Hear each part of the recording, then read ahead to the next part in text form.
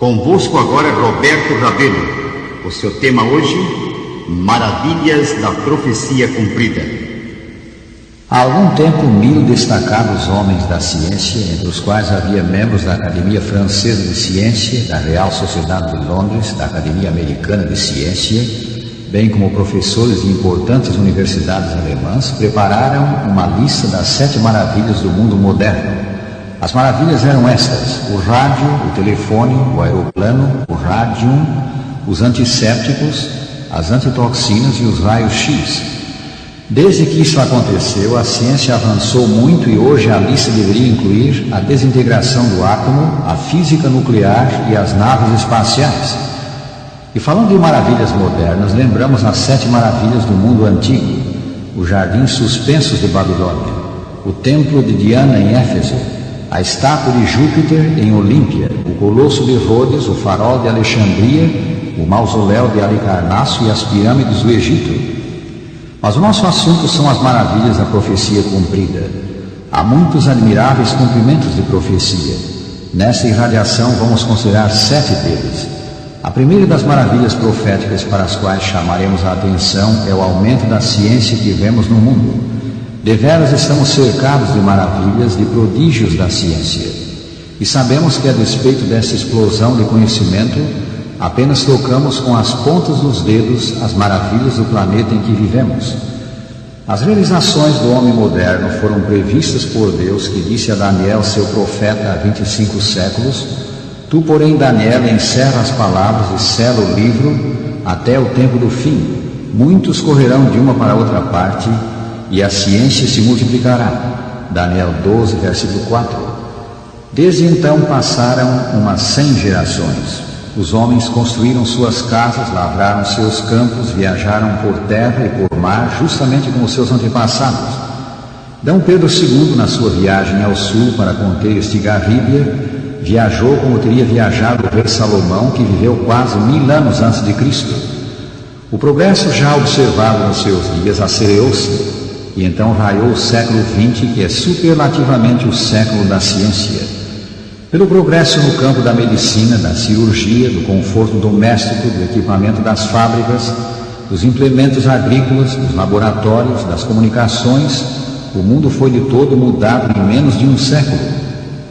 Tão rápida foi a revolução científica e tecnológica que se afirma estarem ainda hoje vivos 90% dos cientistas que contribuíram para ela. Que maravilha do cumprimento da predição bíblica! Outra maravilha da profecia cumprida é o que podemos chamar o paradoxo da paz e da guerra. Enquanto as nações falam de paz, gastam bilhões em armamentos. A palavra paz é palavra mágica para a propaganda. Há esperança em cada coração humano e a propaganda de paz é usada tanto por motivos pacíficos como por motivo de guerra. Em todos os países e em todas as línguas há organizações de paz. E temos as Nações Unidas organizadas para o fim específico de manter a paz. Nunca, porém, se gastou tanto como agora na produção de mortíferas armas capazes de aniquilar a raça. Aqui está uma profecia das Escrituras referente aos movimentos de paz dos últimos dias.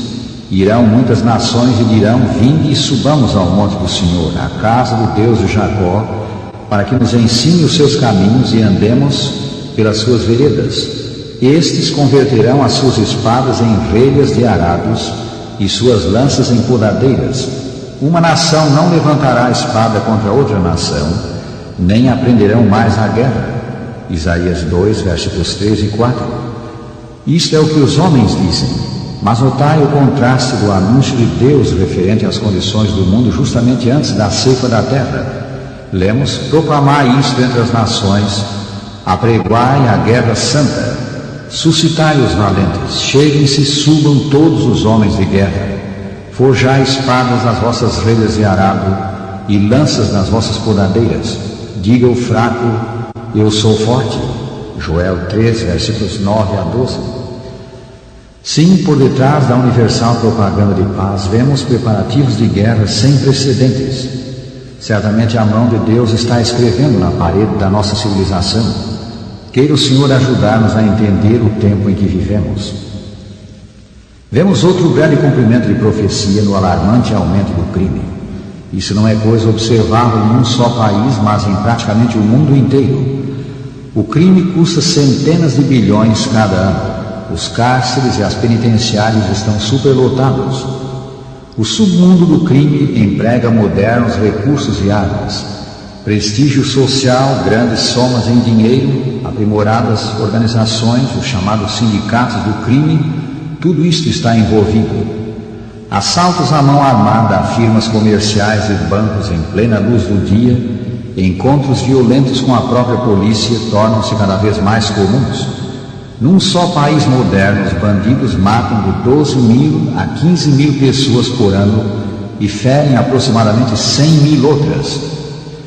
Notemos como esse estado de coisas é pintado por esta profecia. Sabe, porém, isto, nos últimos dias sobrevirão tempos difíceis, pois os homens serão desafeiçoados, implacáveis, cruéis, atrevidos.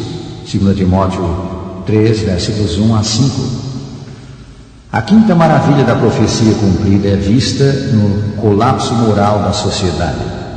Em grande medida, Deus foi posto de lado na vida do lar, e a família sofre com isso. As crianças crescem sem conhecimento de Deus. Muitas delas nunca lhe ouvem o nome, a não serem blasfêmias. Para milhões, os 10 mandamentos parecem coisa obsoleta. A santidade do casamento é objeto de escárnio e os desquites e divórcios crescem assustadoramente. Não devemos esquecer que o lar foi estabelecido por Deus para ser o baluarte da pureza e moralidade. O uso de narcóticos e de bebidas alcoólicas, o colapso das barreiras entre os sexos trouxeram maldição a milhões. E existe hoje uma avassaladora torrente de literatura imoral e de gravuras degradantes que há 30 ou 50 anos não seriam toleradas. Milhões de crianças e jovens veem diariamente filmes que nem eles nem pessoas adultas deveriam ver. A Escritura diz, pois assim como foi nos dias de Noé, também será a vinda do Filho do Homem. São Mateus 24, 37. Agora a sexta profecia que se cumpre na decadência da religião das Escrituras.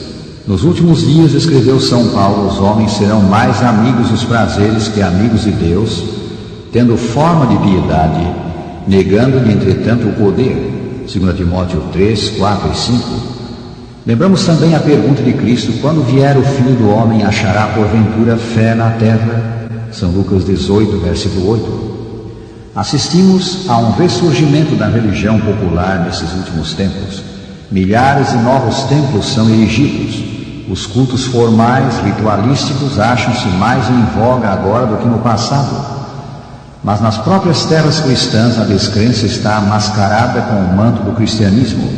Os homens negam a inspiração das Escrituras, negam a divindade de Cristo, o seu poder criador, o seu nascimento virgíneo, os seus milagres de misericórdia, a sua morte expiatória, a sua ressurreição, a sua ascensão, a certeza da sua segunda vinda em glória. Ainda assim, tais homens se dizem cristãos. Calcula-se que há hoje milhões de pessoas que se criaram na igreja, figuram como membros dela, mas não frequentam os cultos, nem participam das atividades espirituais. Essa decadência espiritual é um sinal dos tempos. Deixamos, porém, este escuro quadro e contemplemos um outro, um quadro de glória. O sétimo grande sinal dos últimos dias e a sétima maravilha da profecia cumprida é a proclamação mundial do Evangelho. Jesus disse: será pregado esse Evangelho do Reino por todo o mundo, para testemunhar a todas as nações, e então virá o fim. São Mateus 24, 14. Há pouco mais de 100 anos, mensageiros da cruz começavam a penetrar as terras não cristãs, a Índia, a China, a África, as ilhas do sul do Pacífico. A igreja começava a cumprir a ordem de Cristo de ir a todo o mundo e pregar o Evangelho a toda criatura. E vede o que aconteceu desde então. A publicação das Escrituras tomou tal vulto que é feita hoje em mais de 1.200 línguas e dialetos.